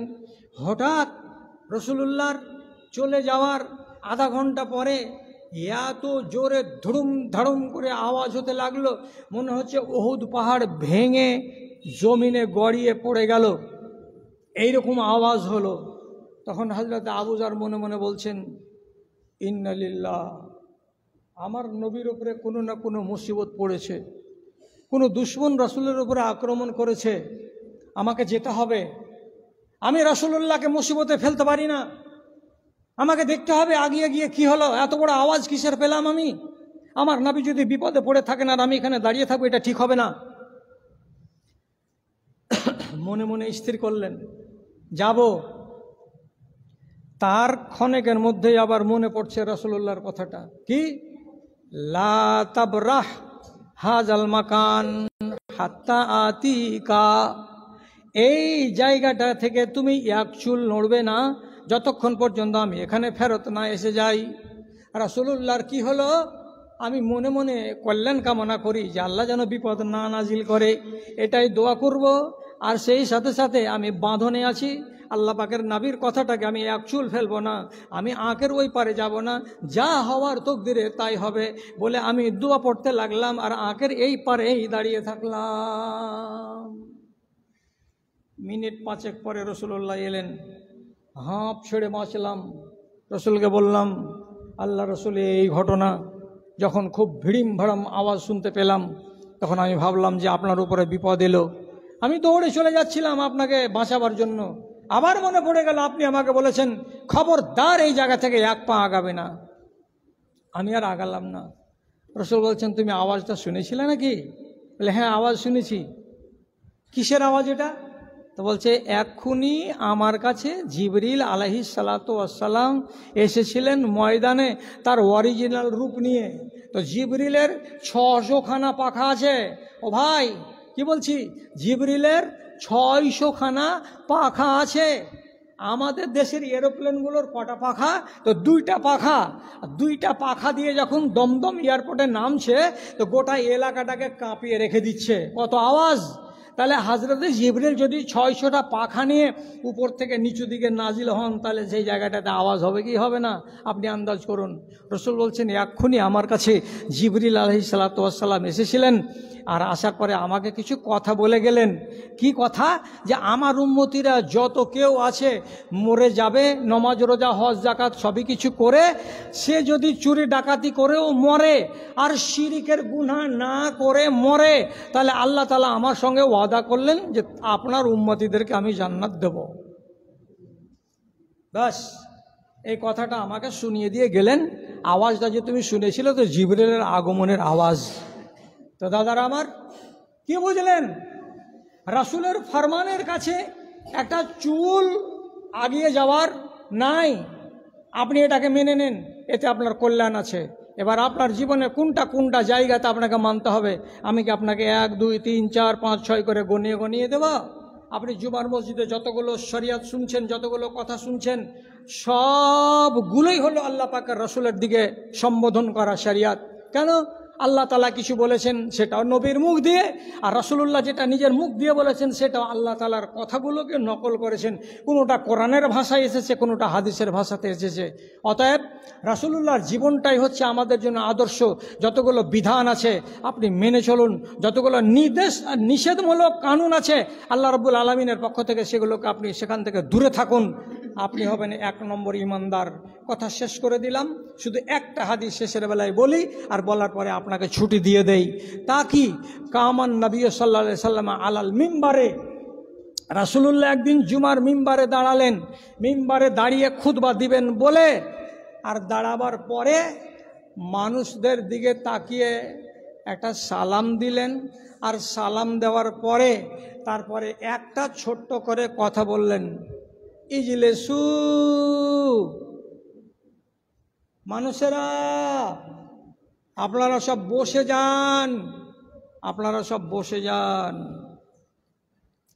যখন এই কথাটা রাসূল বললেন মিম্বারে দাঁড়িয়ে, তখন আব্দুল্লাহ বিন মাসউদ রাদিয়াল্লাহু তাআলা আনহু বাইরে থেকে মসজিদে ঢুকছিলেন। তো মাঝখানে যে বেড়াটা আছে, দেয়ালটা আছে, সেখানে দরজা, আর দরজার মাঝখানে আছে চৌখাট। একটা পা ছিল এই পারে আর একটা পা ছিল ওই পারে, আর একটা পা পিছনেরটা যদি তুলে দেন তাহলে ভিতরে চলে আসবেন। এইরকম মুহূর্তে কানে চলে আসলো কি কথা? ইজলিসু, বসে যাও।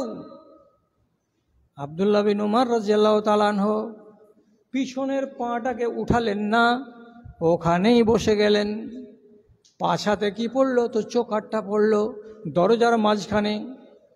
কেন বসে গেলেন? কেন যে নবীজি বললেন বসে যাও, তো বসে যাও।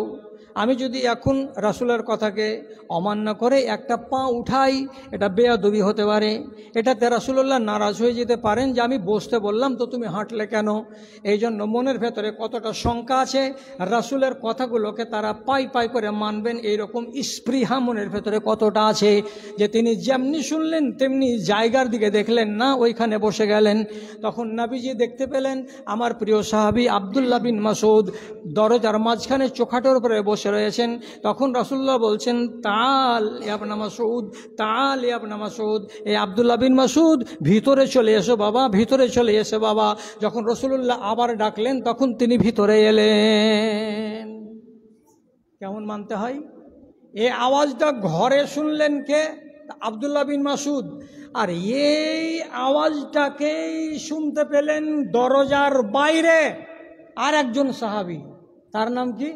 আব্দুল্লাহ বিন রাওয়াহা। আব্দুল্লাহ বিন রাওয়াহা উনি মসজিদে পা দেননি, এখনো মসজিদ থেকে 10 হাত দূরে আছেন, 10 পা দূরে আছেন।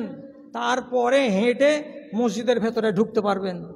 ওইখানেই আছেন, কানে খবর চলে গেল কি? বসে যাও ভাইয়েরা, বসে যাও ভাইয়েরা। কথাটা যেমনি কানে গেল সাথে সাথে তিনি ওই জায়গাতেই বসে গেলেন। কোথায়? তো মসজিদের বাইরে। তারপর যখন জুমা শেষ হলো রাসূলুল্লাহ কানে শুনতে পেলেন যে আমি বসেছিলাম, বসে যাও। এ কথাটা শোনা মাত্রই আমার কথার প্রতি সমর্থন জ্ঞাপন করতো। আমার সাহাবী আব্দুল্লাহ বিন রাওয়াহা মসজিদের বাইরে বসে গেছিলেন। তখন নবীজি বললেন, বাবা রে, আমি তোমাকে মসজিদের বাইরে বসতে বলিনি, আমি বলেছিলাম মসজিদের ভেতরে যারা যারা আছো তোমরা বসে যাও, এটা বলতে চেয়েছিলাম। তুমি যখন আমার কথাকে এতটা ভালোবেসেছো এবং ওইখানে বাইরেই বসে গেছিলে, আমার কথাগুলোকে এত যখন তুমি শ্রদ্ধার সঙ্গে পালন করেছো, তখন আমি তোমাকে দোয়া দিচ্ছি, জাদাকাল্লাহু হিরসান, আল্লাহ যেন তোমার অন্তরে নবীর মুহাব্বতকে আরো বাড়িয়ে দেয়, আরো বাড়িয়ে দেয়, আরো বাড়িয়ে দেয়। বন্ধুরা, তাহলে আজকে এই 1.5 ঘন্টার আলোচনায়, তার থেকে বেশি হয়ে গেল, এই আলোচনায় আজকে আপনাদের সামনে যেহেতু আল্লাহর মসজিদ, ডানে বামের কথাকে টেনে এনে সেট করে দিয়ে আপনার মুখে 25 গ্রামের হাসি ফুটাবার আমি চেষ্টা করিনি। ওগুলো হয় কোথায়, একটু হয়ে যায় জলসাই। এটা তো জলসা মানে কি বৈঠক, কিন্তু এটা তো আল্লাহর ঘর। এখানে আমি আপনাকে খাঁটি কিছু কথা ওই বিষয়ের ওপরে বলার নিয়ত করে এসেছিলাম। বলে যতটি কথা আপনার সামনে বলেছি বললাম, এখন আমার ভাই, আমার নানাজি এক আলেমে দ্বীন, উনি আমার সাক্ষী, আমি সবটি কথা সহি হাদিস থেকে বললাম। আর কোরআন মাজিদের আয়াত দুটো পড়েছি, সেখানে তার কোনো কালাম নেই। এখন আপনাদের কাছে আমার শেষ আরজি, 60 বছরের জিন্দেগি এইরকম বাকড়ামি করে না চলে, ফরমাবারদারি জিন্দেগি কাটান। আপনাকে আল্লাহ তাআলা দুনিয়াতে ইজ্জত দিবেন, আখেরাতে আপনি রাসূলুল্লাহর নৈকট্য লাভ করবেন। তার সাথে, তার পাশে, তার আনাচে কানাচে, এদিকে সেদিকে জান্নাতে থাকার একটা সৌভাগ্য অর্জন করতে পারবেন। আল্লাহর নজরে পিয়ারা হবেন, সারা জগৎবাসীর নজরে আপনি পিয়ারা হবেন। সুন্নাতকে মেনে চলুন, আল্লাহ রাব্বুল আলামিনের ফরমানকে আপনারা মেনে চলুন। আপনাদেরকে আল্লাহ তাআলা যেন সুমতি দান করেন, পলে পলে, পায়ে পায়ে, পদে পদে আপনারা যেন রাসূলুল্লাহর মোহাব্বতকে কায়েম রাখতে পারেন, এটাই আপনাদের জন্য দোয়া রাখছি অন্তর থেকে। আল্লাহ যেন কবুল করেন, আমিন।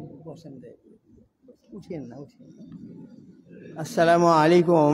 আলহামদুলিল্লাহ, আমরা খুব গুরুত্বপূর্ণ বিষয়, যেটা ভবিষ্যৎ পরকাল আমাদের জন্য উজ্জ্বল, দুনিয়ায় ভালাই আখিরাতে ভালাই, আল্লাহ পাক আমাদের আমল করার তৌফিক দান করেন, আমিন। আপনারা উঠে যাবেন না, আপনাদের জন্য এই সভার পক্ষ থেকে ব্যবস্থা নেওয়া হয়েছে, কিছু মুখে আপনাদের দেওয়া হবে, হ্যাঁ, বিস্কিট আপনাদের দেওয়া হবে। এই বিস্কিটটা নেওয়ার পরে আপনারা যাবেন।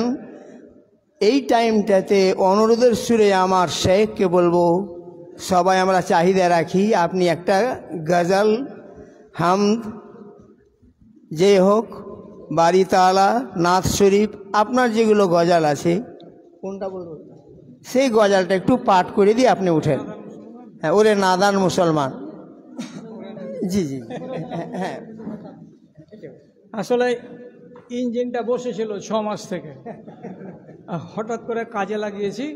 বসে থাকা ইঞ্জিনকে সাইজে আসতে একটু দেরি হচ্ছে, তো ঠিক আছে। ও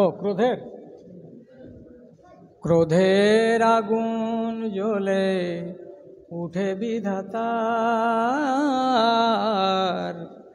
মানুষ যখন মাতে অশুভ খেলায়, গজবের বেড়া জালে ঘেরা পড়ে দেশবাসী, শহর বিলীন হয়ে যায়, শহর বিলীন হয়ে যায়। আদের মরণ লীলা, নুহের তুফান, এ কিসের পরিণাম জেনেছ সবাই। ধর্ম ধারে না যেমন শৃগাল কুকুর, এমন জীবন তবে কেন গড় হয়। অস্তের আগে ভাই রাস্তাটা দেখে নাও, নইলে বিপদ হবে রাতের বেলায়। গজবের বেড়া জালে ঘেরা পড়ে দেশবাসী, শহর বিলীন হয়ে যায়, শহর বিলীন